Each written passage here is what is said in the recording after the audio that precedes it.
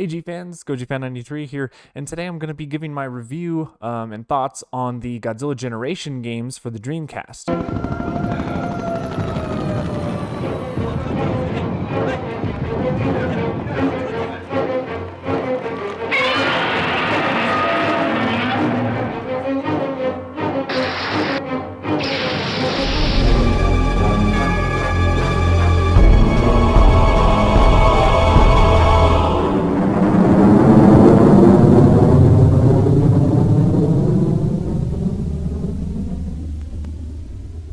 So we're getting into the parts of the, Godzilla video game history books where I actually enjoy these Godzilla games. We're sort of past the old school retro Godzilla games that are kind of a mixed bag for me, and now getting into sort of the, 3D games where I mostly enjoy these ones going forward. So to start off, we have both the games for Dreamcast. I'm going to talk about both of them in this video because they are part of the same series, part of the Duology, yet these two games are vastly different from each other. Let's talk about the first Godzilla game, the Godzilla Generations, the original one that came out on the Dreamcast in 1998. I actually really enjoyed it, and back in the day, I did have my time with it as well. I did my original Let's Play of it, and I had a really great time. Face? You like Godzilla's face? Come here. What if I run into you? Okay. So I run into him, Godzilla's like, ow! Watch this. I'm gonna hit this boat with my beam. It doesn't even do a single thing. Okay? Like, look at that. And then, watch this. I'm just gonna run into it. Boom! Wow. And really, the game was such a fun time. I really did enjoy it.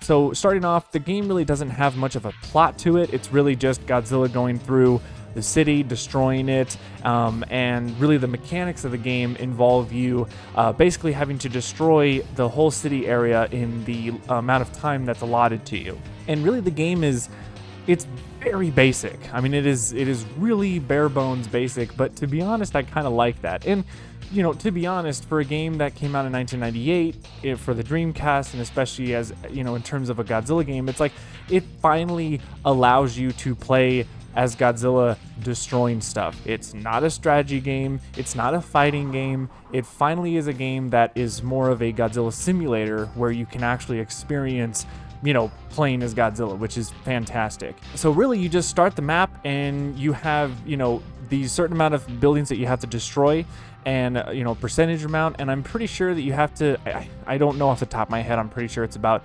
80% or what, and then you succeed, you move on to the next level. And really this is just Godzilla going on a rampage all through Japan. And so what's cool is that the game has a few characters that you can play as. You can play as Godzilla, which I think it's like the 90s version of him. It's like the Heisei look of him. And then I think when you complete his main campaign, you unlock the Godzilla 1954 character model. And then after that, you also have the ability to play as Mechagodzilla. I think it's the 1974 model, Minya for some weird reason, and Zilla, which I thought was a really cool thing. But that kind of makes sense because this game came out in 1998, so it makes sense that Zilla would be sort of a prominent role in this game. One of the last characters, which is one of the funniest things you can play as, is actually Dr. Serizawa holding a giant oxygen destroyer. I actually have never played as those other characters in my time of playing this game because even though I love this game and it does have its pros, in terms of its cons is that the game can get pretty monotonous after a while. When you're playing as Godzilla and you're going through the cities, Godzilla's very slow. He's lumbering, he's slow, he doesn't really have that many, in fact, he doesn't have any attacks at all. You can't really swipe with your claws, there's no tail attack, there's no kick attack. Really, you just walk through the buildings. Again, like I said, it's very simplistic for what it is. But at the same time, again, I like that. And you do fight military along the way, and on the map, there's like those gray dots, which are the areas that have buildings that need to be destroyed.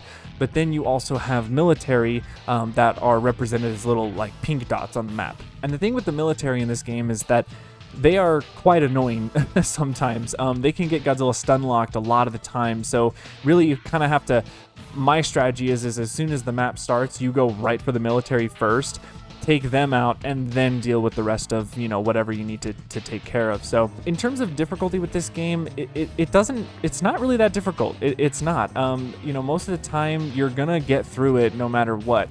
Now the hard part is getting 100%. I don't think I ever in my playthrough, I think in my old Let's Play and then even doing a new live stream, I don't think I ever made it to 100% on a map because the biggest meme with this game is the damn trees. This game is notorious for having trees that also count towards your destruction rate, and sometimes it is very hard to tell where these trees are in the map. There's also some view distance issues, so sometimes buildings or trees that are outside of the area, you can't see them until you get close. So it's kind of difficult in that way. And one of the things that I also applaud the game is its camera angles, because it's very cinematic in a way. It's sort of, the camera angles play sort of like what you're looking at from the movie. It looks very cinematic. But it also can be problematic because you can't control the camera. So really you're stuck with whatever viewpoint at that area, so you just have to kind of keep on walking until the camera angle changes, and then you can see where you're missing a building or whatever. There were a few times in my playthrough where I couldn't find a building or I couldn't see a building because the camera was just not facing me in the right direction that I needed to be in. The controls are a little laggy, they're a little slow. Turning Godzilla is very slow and monotonous sometimes, but again, it sort of fits with that Godzilla simulator feel to it. That's really it. And then, the other attack you have is your atomic breath, of course, and you actually have two different versions of your atomic breath. You have your regular atomic breath, your blue breath that you can charge up at any point, and you can take out military with it, buildings. You can also take out what I consider the bosses of the game, which are just the Super X's.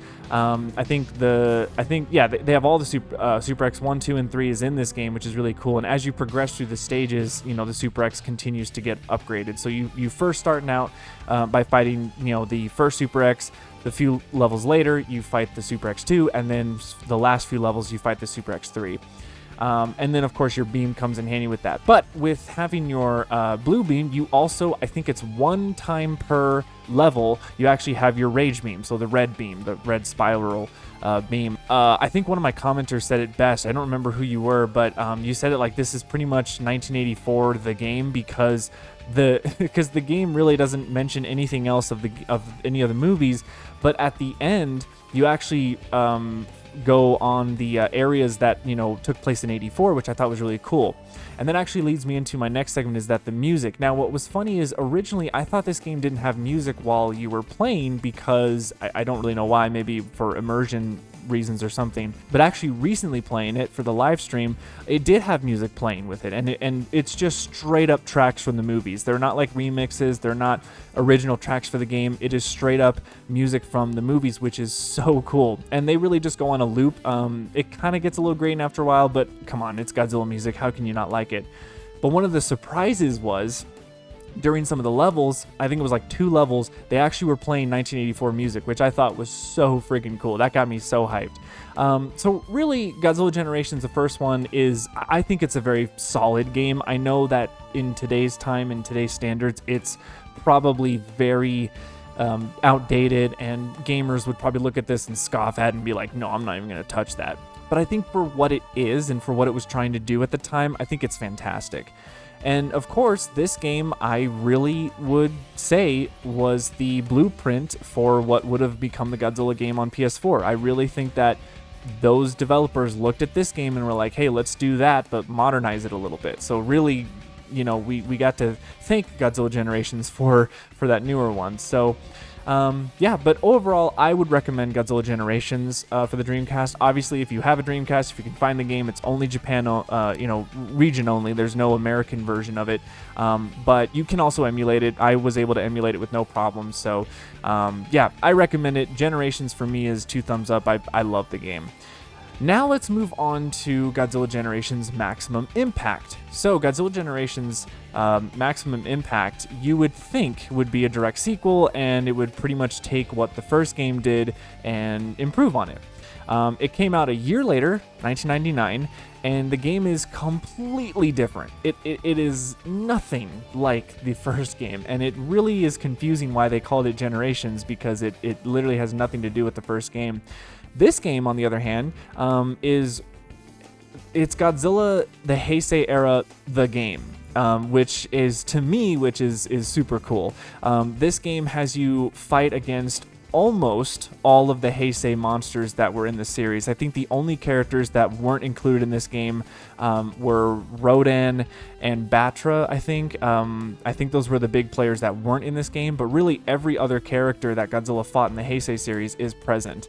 So what was really cool is this game is that every level, you have some city levels that you go through, and then you have boss fights. And but before we get to that, the biggest difference with this game is the fact that the gameplay is 100% different. It is now a rail shooter type of game where Godzilla's you can't really control. You can push forward, obviously, but Godzilla's sort of moving at his own pace, and that's sort of that rail shooter part. If you guys have played any rail shooters, you know what I'm talking about.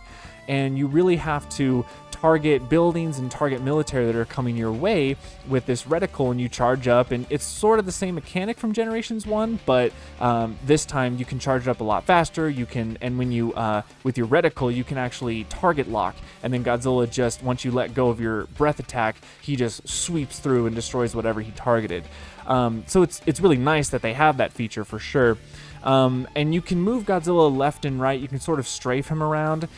And there are other different moves, I guess. There's one move that Godzilla does, this weird like ducking kind of move. I really have no idea what that move does. And then he also has a roar attack. And I forgot to mention in Godzilla Generations 1, the original one, that when Godzilla takes, when his health is really low, you can actually, restore some health by roaring. In Maximum Impact, I am not sure if that's a thing. I have no idea.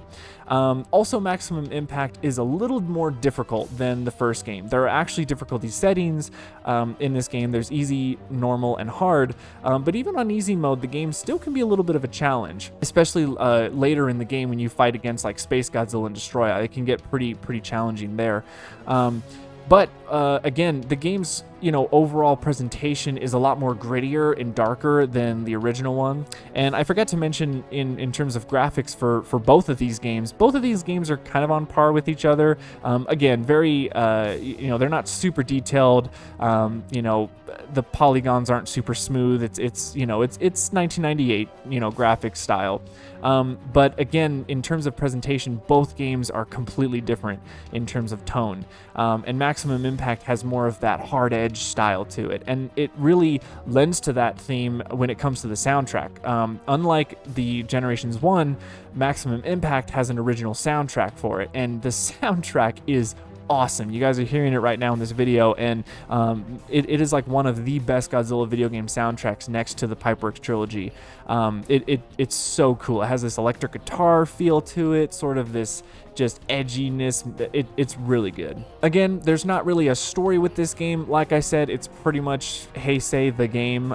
And you just start out by going through some of the cities, and then after that you fight a boss, and you really go through the rogues gallery of the Heisei stuff. You start by fighting Biollante, then you move on to King Ghidorah, then you actually fight Mothra Larva, which is a really interesting stage where you have to take on a few Mothra Larvas. Actually, there's like 5 or 6 of them. It's kind of crazy. And then you fight the adult Mothra. Then you go to Mechagodzilla, and then Mogira, Space Godzilla, and last is Destroya. And all the bosses have certain different, mechanics and strategies for them. And the other cool thing is, while you're playing, depending on certain parts that you target on the bosses, there's actually this battle damage style for it. So for instance, with King Ghidorah, if you constantly target one of his heads, his head will eventually blow off. And so it's really cool. And I'm pretty sure you can also take out one of his wings if you're constant on that. For instance, Mothra also, Mothra goes into sort of this panic state where if you take one of her wings out, she's sort of grounded, but she'll just continue to spam her beam because she's desperately trying to take you out. So I really like that attention to detail. That's pretty cool. And the game pretty much plays out like an arcade game. It's really played in one sitting. I think even similar to Godzilla Generations 1, it's really just you played in one sitting, and it's just meant to be replayed again and again and again. I think to get a high score or something like that. And when it comes to like controls with Maximum Impact, I feel like the controls are a little more tighter than Generations 1, but again, it's hard to really tell that because the gameplay is completely different from the first one. The one thing that I had a problem with is not being able to, target the reticle and aiming alongside being able to control Godzilla. It's really one of those, it's sort of like a Star Fox feel, if that makes sense, where wherever Godzilla is moving, that's sort of where the reticle is aiming, and it's really difficult to get certain parts, like when you're fighting bosses and they just do circles around you.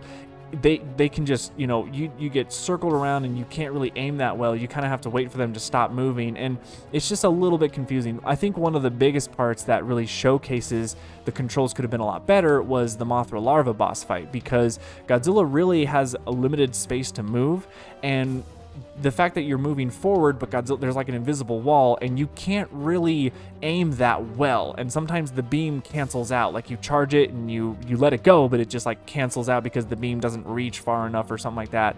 I really feel if the game had dual analog control, where you could control Godzilla's breath with the right analog stick and then move him at the same time, I feel like the game would be a lot more fun to play as in terms of the controls. But overall, it's manageable. You get sort of used to it after a while, and it's not too bad.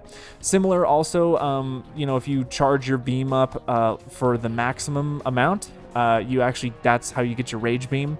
And what's cool is that if you do, when you get to your maximum beam amount and when you let it go, he actually unleashes his atomic pulse, which I think is really cool. And that really does a great amount of damage around Godzilla, where like if there's a cluster of buildings, you just let that go and all those buildings crumble. It's really great. Again, another thing that I forgot to mention with Godzilla Generations 1 is the building destruction physics, I guess. The building destruction physics in the first game are phenomenal looking. For 1998, the physics are awesome. And the fact that Godzilla can sort of turn around and his tail can also pretty much count as something that can take out a building is awesome. In Maximum Impact, it feels like the building mechanics sort of took a downgrade. They don't really have as much realism, I guess, in terms of those physics, but I understand that might not have been the overall, point for Maximum Impact, because it was more of an action game compared to the simulator type of game. So yeah, guys, I mean, really with Maximum Impact as well, I would recommend it too. Again, it's a game that only came out in Japan for Dreamcast, but if you can find an emulator for it and you find the ROMs, you can play them with no problem there. But both of these games are fantastic. I think that this, the Godzilla Generations Duology on Dreamcast is such a breath of fresh air in terms of Godzilla games back in the day, because Godzilla games before these two were usually strategy games, puzzle games, and then fighting games that were extremely hard with the AI that wouldn't let up. So it was to get these two games finally, it was such a breath of fresh air. And then it was, they counted, I would consider them to be the first 3D Godzilla games, which then would lead us into the Pipeworks trilogy. So they laid the groundwork for those. So overall though, guys, I recommend these two games. I know that some people don't like these games. I know a lot of places consider these games to be trash or garbage. I don't. I think these games are fantastic. They are so fun to play. It's a nice pick up and play kind of game, and I think for any Godzilla fan, it's worth at least one playthrough. So that's it for me, guys. Thank you so much for watching my review of both of the Godzilla Generation games. Please leave a comment below what you guys think of these games. Have you played them? Have you not? What do you think about them? I would love to read them. And that's it for me, guys. Thank you so much for watching. And as always, stay big, G fans.